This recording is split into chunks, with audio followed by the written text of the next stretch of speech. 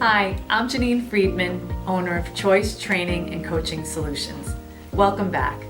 Today, we're going to be continuing our discussion of the 5 practices of exemplary leadership from the Leadership Challenge. And our emphasis today is on the 4th practice, which is enable others to act. This practice involves building a strong team, and it also involves strengthening others by developing their competence as well as their confidence. The first piece we're going to talk about is the idea of building a stronger team. The most important element that needs to be available to create a strong team is that of trust. We talked about that in our last video as well. Trust is one of the most important aspects of a team and an organization, and if your team is lacking in that area, you need to do everything you can to start building it up.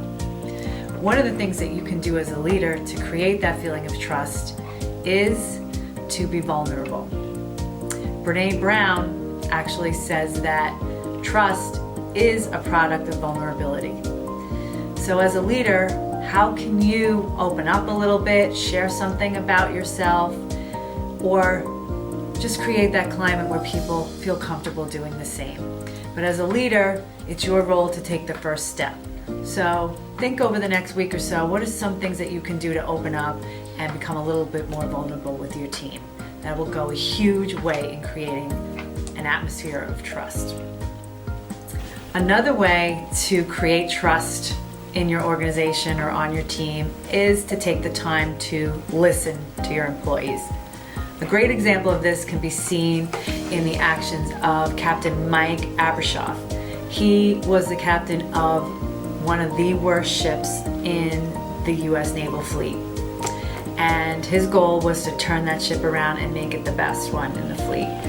And one of the things he realized he needed to do was to create better teamwork amongst everybody that reported into him. So he actually sat down with every single person that reported into him and asked them what they would do differently if they were leading the ship. And just by taking that time to listen to everybody, he learned so much about what drives them, what motivates them, what strengths they have, what value they can add, things that he hadn't really been taking advantage of. And the other thing he learned was one of the very junior people on his staff on the ship suggested that they start using stainless steel. And that person said, we spend almost all of our time painting the rust from the anchors and the chains that builds up on the ship, and as soon as we're done painting, we kind of start the process over. And he said, have you ever heard of a thing called stainless steel?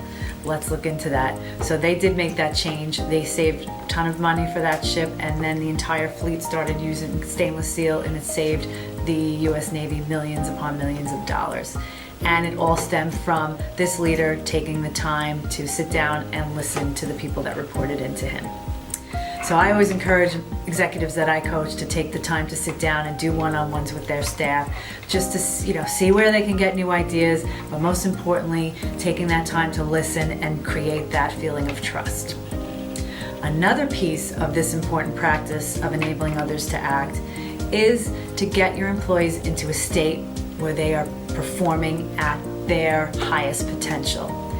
And one of the ways that we can do that is to attempt to get them into what's called a flow state. This is a favorite concept of mine. You may have read some of my articles, but the whole idea of flow, we actually can look at artists and we can look at people in sports and athletes and look at what is it that they were doing when they were able to perform at such a high level.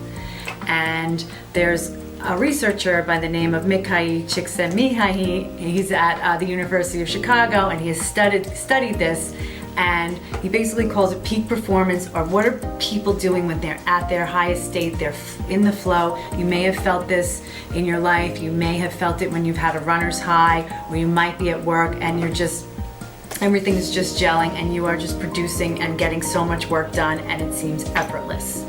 You're not thinking about what other things. You're completely focused in. You're not even thinking about being hungry or anything like that. You're completely locked in, and the work is just flowing effortlessly. In fact, you can get 7 times as much work done when you're in a flow state. So one of the things we work on is how can we get our employees to get closer to being in that flow state. And what we do is we actually will take employees and actually graph them. And on one axis, we're going to look at the ability and skill level of the employee. And on the other axis, we're going to look at the challenge of the task. And the key is to get them into the sweet spot between those two. Now, if you have an employee that's relatively new or green, you're not going to want to give them something that's overwhelmingly challenging, because what's going to happen is they are going to get into a state of overwhelm and they're not going to be able to perform at their best. On the other side, you don't want to give an employee that's got a lot of years of experience and knowledge something that's very much an easy task to do, because what's going to happen there is they're going to be bored.